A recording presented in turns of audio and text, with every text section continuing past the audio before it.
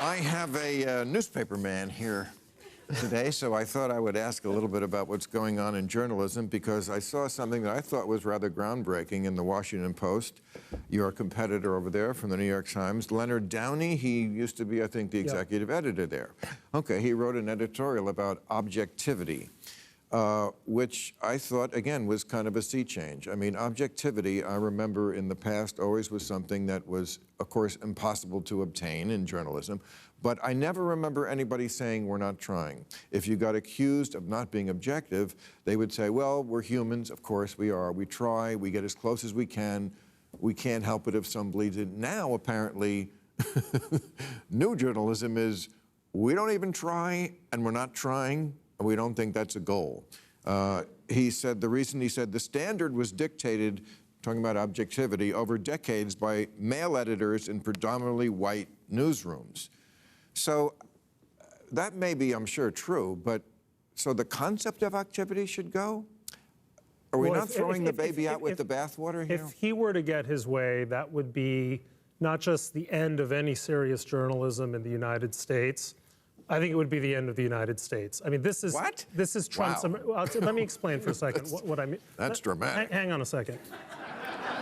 This is Trump's America, because what it means is that truth is whatever you claim it is. Truth is whatever your lived experience is. Truth is whatever your narrative is. No, actually, that's not the truth. And newspapers exist to at least seek a standard of accuracy and truthfulness that is not what Ruben or Bill or any of you in the audience happen to think it is. I thought that was the battle we spent 6 years fighting the Trump administration about, that you just couldn't say it was true, that you had sold 90% of your condominiums in your fabulous new development, even if it wasn't true. So this is, I mean, what he's talking about is a trend in newsrooms, which is, I think, incredibly damaging. And all this business, well, you know, it was white guys who got on the bandwagon of objectivity. What exactly does that mean? So anything that a white guy happened to have come up with at some point in time is therefore suspect. Let's throw out the polio vaccine, because it was a pair of white guys who came up with that. How about Einstein's theory of relativity no longer holds because Einstein was manifestly white? Yeah. You know what I mean? So I agree with you on what you're saying. Like, just because a white guy did something, like, doesn't mean we throw it out. You know, that's not how things. I think there does need to be a balance, because I have heard, and people complain, like, look, if you know something is black, the color black, and your person you're interviewing is saying, no, that's clearly white, the reporter saying, well, it could be either black or white. That's why I think that there needs to be at least some discussion about how do you balance this out.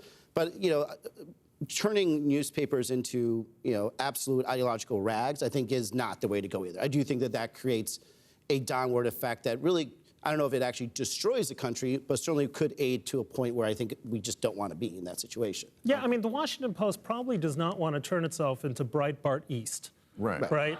With a slightly different political coloration, and I hope the Times doesn't. I hope no other newspaper takes that advice. We need objective standards of truth. The way we understand the truth is like building a cathedral brick by brick, fact by fact, until you have a picture. Right, and we have the op-ed page for opinions. Or at least be transparent. Also, though, be transparent too. Like, if you are going to have an ideological leaning, and you should at least clearly state that, so that way the reader understands where that person is coming from. There are some new magazines that are actually stating ahead of time what the motivation was of the journalists when they were writing this and what their leanings are, so that people could actually say, okay, now I understand what at least they're coming from, and then I can make a determination about the validity of their opinion or their writing, I should say. Okay, so an important date was announced this week by the Biden